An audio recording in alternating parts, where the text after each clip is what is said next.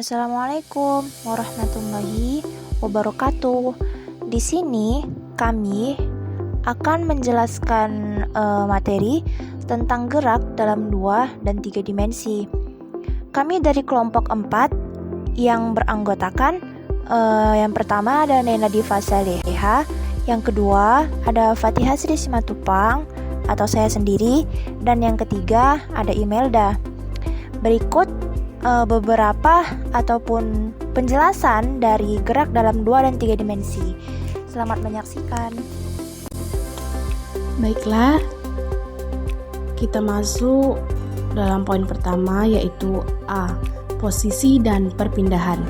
Posisi merupakan letak suatu benda pada waktu tertentu terhadap acuan tertentu dengan rumus S sama dengan V kali T, di mana S itu adalah perpindahan, V itu adalah kecepatan, dan T itu adalah waktu. Selanjutnya, perpindahan. Perpindahan adalah perubahan posisi pada benda. Rumusnya S sama dengan akar dari X kuadrat ditambah Y kuadrat, dengan S adalah perpindahan, X itu adalah jarak gerak pertama, dan Y-nya itu adalah jarak gerak kedua.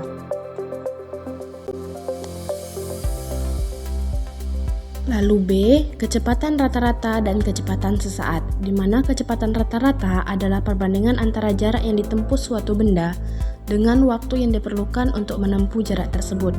Nah, rumus dari kecepatan rata-rata yaitu kecepatan rata-rata sama dengan perpindahan per waktu yang diperlukan. Atau V bar rata-rata sama dengan S2 dikurang S1 per T2 dikurang T1, di mana S2 dikurang S1 itu perpindahan dari kedudukan 1 ke 2 atau meter. Nah, T2 dikurang T1 itu interval waktu atau disebut sekon. Nah, untuk V bar rata-rata itu adalah kecepatan rata-rata atau meter per sekon. Nah, selanjutnya kecepatan sesaat. Kecepatan sesaat merupakan sebagai laju perubahan posisi untuk interval waktu yang sangat kecil atau hampir nol. Diukur menggunakan satuan internasional yaitu meter per sekon. Nah, rumusnya itu adalah V bar sama dengan limit delta menuju nol atau limit delta mendekati nol delta X per delta T. Selanjutnya C. Percepatan rata-rata dan percepatan sesaat. Nah, percepatan rata-rata adalah perubahan kecepatan suatu benda dalam selang waktu tertentu. Rumusnya percepatan sama dengan perubahan kecepatan per perubahan waktu, atau A bar sama dengan delta V bar per delta T, di mana delta V bar adalah perubahan kecepatan, maksudnya itu kecepatan akhir dikurang kecepatan awal. Nah, sedangkan delta T adalah selang waktu selama perubahan kecepatan itu terjadi. Lalu percepatan sesaat. Nah, untuk percepatan sesaat, yang dimaksud dari percepatan sesaat adalah perubahan kecepatan dalam interval waktu yang sangat singkat. Bisa kita rumuskan yaitu A bar sama dengan limit delta T mendekati 0 delta V per delta T. Nah, dengan keterangan V itu adalah kecepatan benda atau meter per sekon, dan T itu adalah waktu tempuh atau sekon.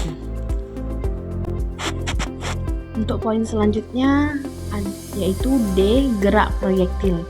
Nah, gerak proyektil ini disebut juga gerak parabola yang memiliki makna gerak suatu benda yang diberi kecepatan awal, kemudian menempuh lintasan yang arahnya sepenuhnya dipengaruhi oleh percepatan gravitasi dan hambatan udara. Nah, untuk rumus gerak parabola itu terbagi dua. Yang pertama itu ada rumus gerak parabola pada sumbu X. Yang kedua ada rumus gerak parabola pada sumbu Y. Untuk yang pertama kita bahas yaitu rumus gerak parabola pada sumbu X. Nah, X sama dengan Vox dikali T sama dengan VO dikali cos theta dikali T. Nah, Vx sama dengan Vox sama dengan VO dikali cos theta, di mana X-nya itu kecepatan pada sumbu X atau meter per sekon, dan Vox sama dengan kecepatan awal pada sumbu X atau meter per sekon. VO sama dengan kecepatan awal atau m meter per sekon. Dan theta itu merupakan sudut elevasi O. X sama dengan kedudukan benda pada sumbu X atau meter, dan T adalah waktu tempuh atau sekon. Nah, untuk yang kedua itu ada rumus gerak parabola pada sumbu Y. Nah, VOY sama dengan VO dikali sin theta, VY sama dengan VOY dikurang G dikali T, sama dengan VO dikali sin theta per G dikali T, Y sama dengan VOY dikali T dikurang 1/2 dikali G dikali T kuadrat, dimana Y-nya di sini ada salah penulisannya, dimana jadi X-nya itu sebenarnya Y, dimana Y sama dengan kecepatan pada sumbu Y atau meter per sekon, lalu VOY itu adalah kecepatan awal pada sumbu pada sumbu Y atau meter per sekon. Nah, untuk VO sama dengan kecepatan awal atau meter per sekon, dan theta itu adalah sudut elevasi O. Y itu adalah kedudukan benda pada sumbu Y atau meter. G itu adalah percepatan gravitasi atau disebut meter per sekon kuadrat, dan T-nya itu adalah waktu tempuh atau sekon. Nah, selanjutnya kita masuk ke poin E, yaitu gerak melingkar seragam. Nah, gerak melingkar seragam atau disebut juga GMS adalah gerakan suatu benda yang bergerak sepanjang lintasan melingkar dengan kecepatan sudut yang konstan. Nah, rumusnya yaitu AC sama dengan V kuadrat per R, dengan V itu adalah kecepatan linear objek dan R itu adalah jari-jari lintasan.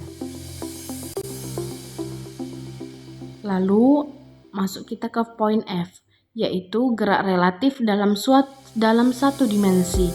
Gerak relatif dalam satu dimensi adalah gerak benda yang dilihat dari suatu titik acuan tertentu.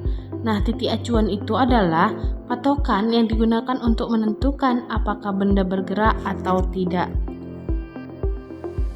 Untuk poin terakhir yaitu G, gerak relatif dalam dua dimensi. Nah, gerak relatif dalam dua dimensi adalah gerak benda yang dilihat dari suatu titik acuan dan sifatnya bergantung pada titik acuan tersebut.